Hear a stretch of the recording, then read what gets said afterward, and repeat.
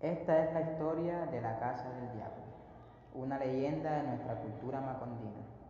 Ciénaga, un municipio que vivió la bonanza y la tragedia de la United Fruit Company. En ella se encuentra una edificación que, a pesar de estar en las ruinas, conserva su encanto. Su construcción inició en 1916 por iniciativa de don Manuel Varela, hombre de negocios cuya prosperidad es atribuida, según la leyenda, a un pacto con el diablo.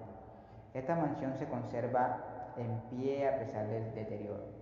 Es de estilo republicano, de 2 plantas, fachada blanca y 14 columnas romanas coronadas por un frontón con formas de cítara.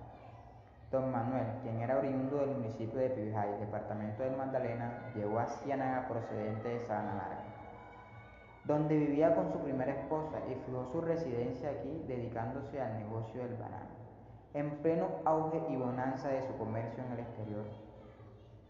Así tuvo sus fincas en la región de Varela, hoy corregimiento del municipio de Sabana Bananera.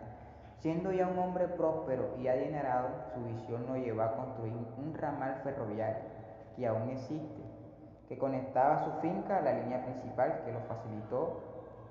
que le facilitó transportar la fruta los días de corte hasta la estación del ferrocarril de ese corregimiento. Llegó inclusive hasta importar unas pequeñas locomotoras de Estados Unidos para sacar el banano de su finca.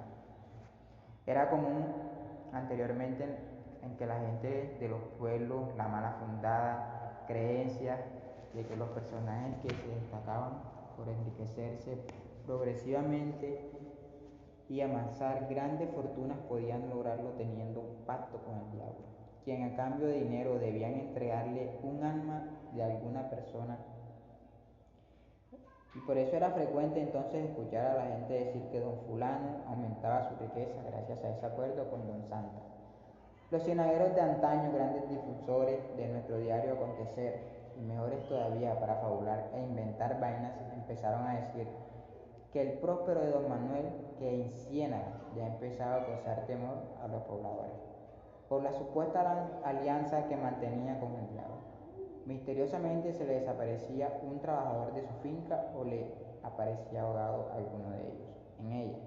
Y ocurrieron efectivamente por esas circunstancias que no pueden preverse ni evitarse, ignorándose sus causas.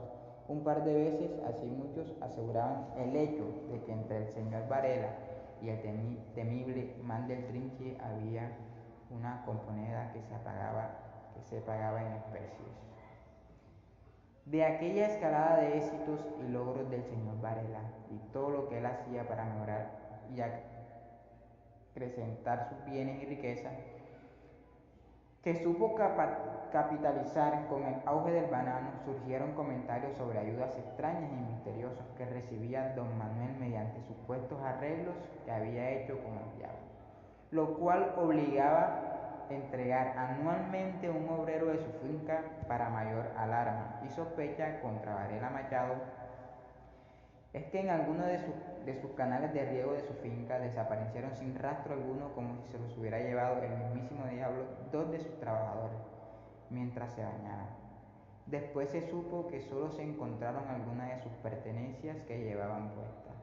Asimismo ocurrió con otro trabajador de apellido Munive, porque los testigos son también veraz hasta con los nombres de las personas. Cuando un mirón testigo de excepción se dio cuenta de que en el sitio más hondo de la quebrada donde se bañaba el trabajador, se presentó sorpresivamente un remolino de agua que lo desapareció de su vista. Poco después, el pobre cristiano apareció muerto y enredado entre alambres y bejucos en uno de los canales de riego de la finca.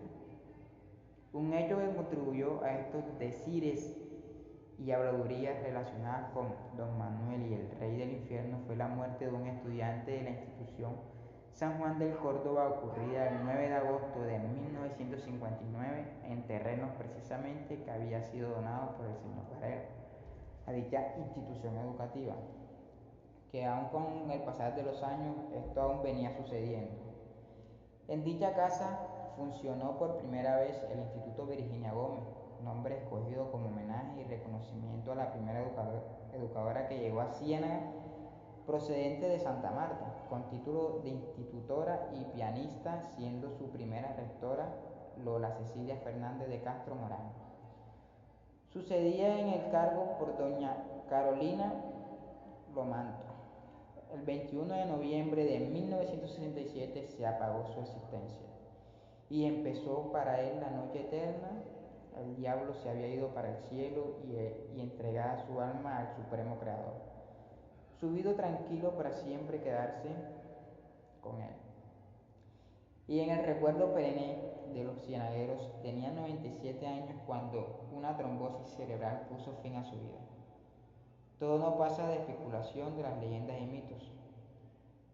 Miriam Pérez Briceño, de 77 años, asegura que cuando era joven, a un enamorado suyo se le apareció el maligno en la esquina de la casa bailando agachado delante de él cuando regresaba de una parranda. También se dice que don Manuel entraba en los matorrales de las matas del banano con un pergamino donde se decía que era el pacto que tenía él con don Santa. Y esta es la historia de la casa del diablo.